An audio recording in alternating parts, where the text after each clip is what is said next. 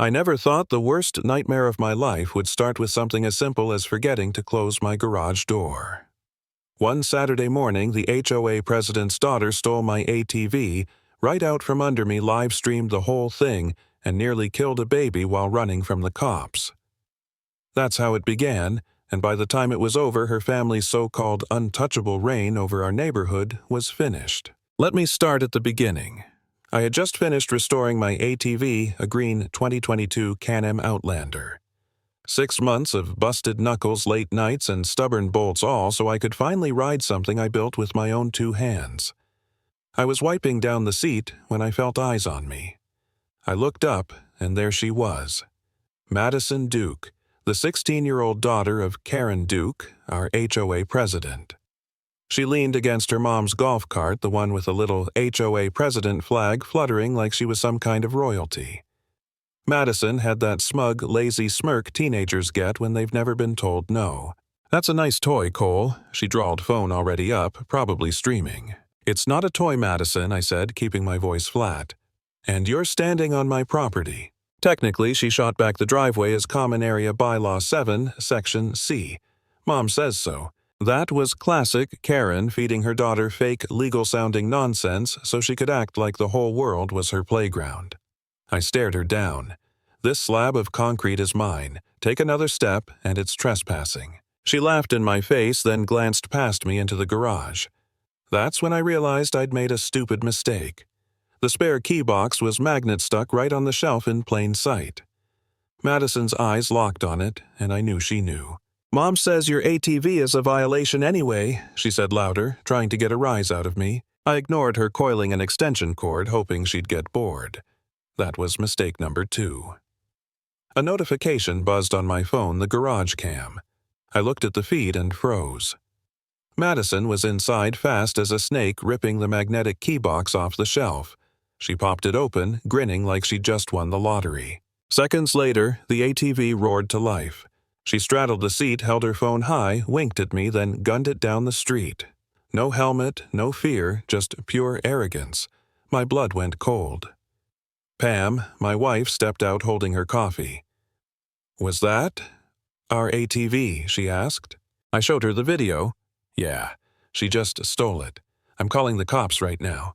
That's when everything spiraled. I followed in my truck, not chasing, just staying back, relaying the GPS from the AirTag I'd hidden in the storage box. Madison swerved across lanes, waving her phone, screaming for her online audience. She was drunk on the thrill of being untouchable. Sirens, closed-in cruisers boxed her toward an intersection, and for 1 second I thought it was over. But Madison panicked. She yanked the handlebar, swerved into a residential street, kids playing strollers, dogs. My stomach knotted. A few blocks later, I heard the squeal of tires, then the sickening crunch of metal. When I pulled onto Willow Creek Lane, my heart stopped. My ATV was wrecked against the curb, one wheel bent sideways. Madison was tangled in a rose bush, sobbing. But the real horror was 10 feet away, a stroller on its side wheels still spinning. A young mom, Sarah, was clutching her baby, shaking crying neighbors rushing over. The baby was alive, thank God, but the look on that father's face when he came running out, pure terror. Karen showed up minutes later, storming out of her SUV in her pastel tracksuit, shouting, "What did you do to my daughter?" Not a glance at the overturned stroller. Not a word to the parents she'd nearly lost. That was the moment the whole neighborhood turned. Tom, the baby's dad, roared back, "Your daughter almost killed my son, and you're asking what we did to her." For the first time, Karen faltered. But she still tried her old tricks, pulled a crumpled piece of paper from her purse, claiming it was a medical exemption proving Madison wasn't responsible for her actions. It was a fake form she'd filled out herself. The cop folded it in half, handed it back, and said, "Ma'am, this is not a legal document. This is a piece of paper you signed." I should have felt vindicated, but watching Madison nearly run down a baby shook me to my core. That night, sitting at the kitchen table with Pam, I wondered if it was even worth fighting anymore. They were too powerful, too arrogant, and honestly, I was exhausted. Maybe I should have just chalked it up as bad luck and moved on.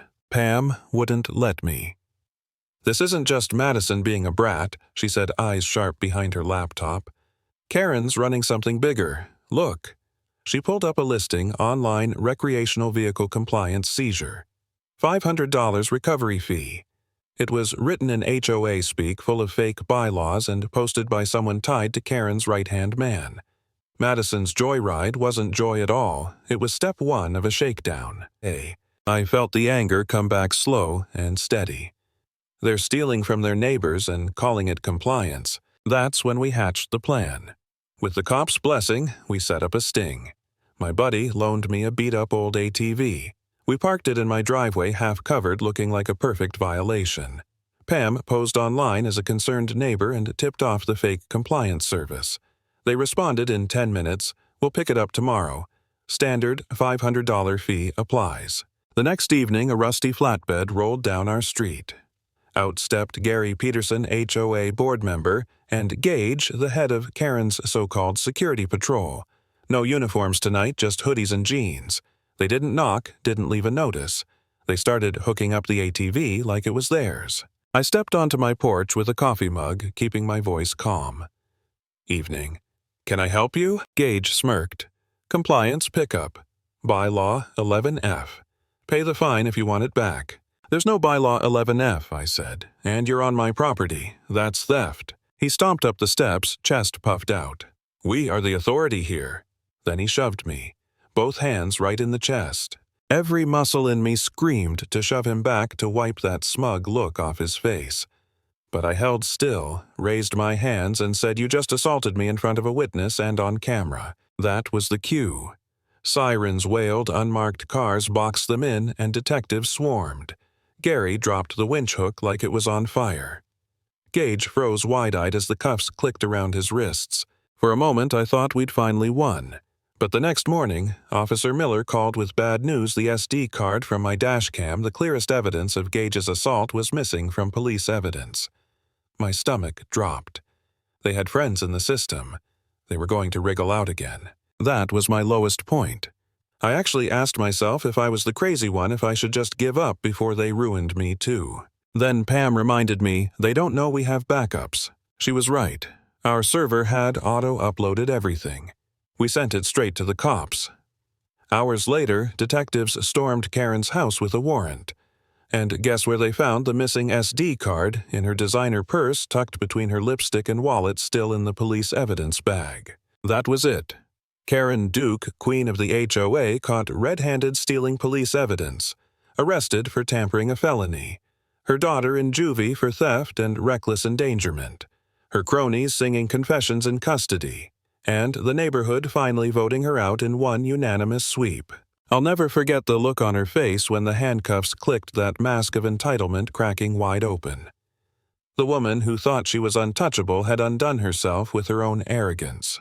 And that's the lesson I took from all of it. Nobody is untouchable, not when the truth is on record and a community stands together.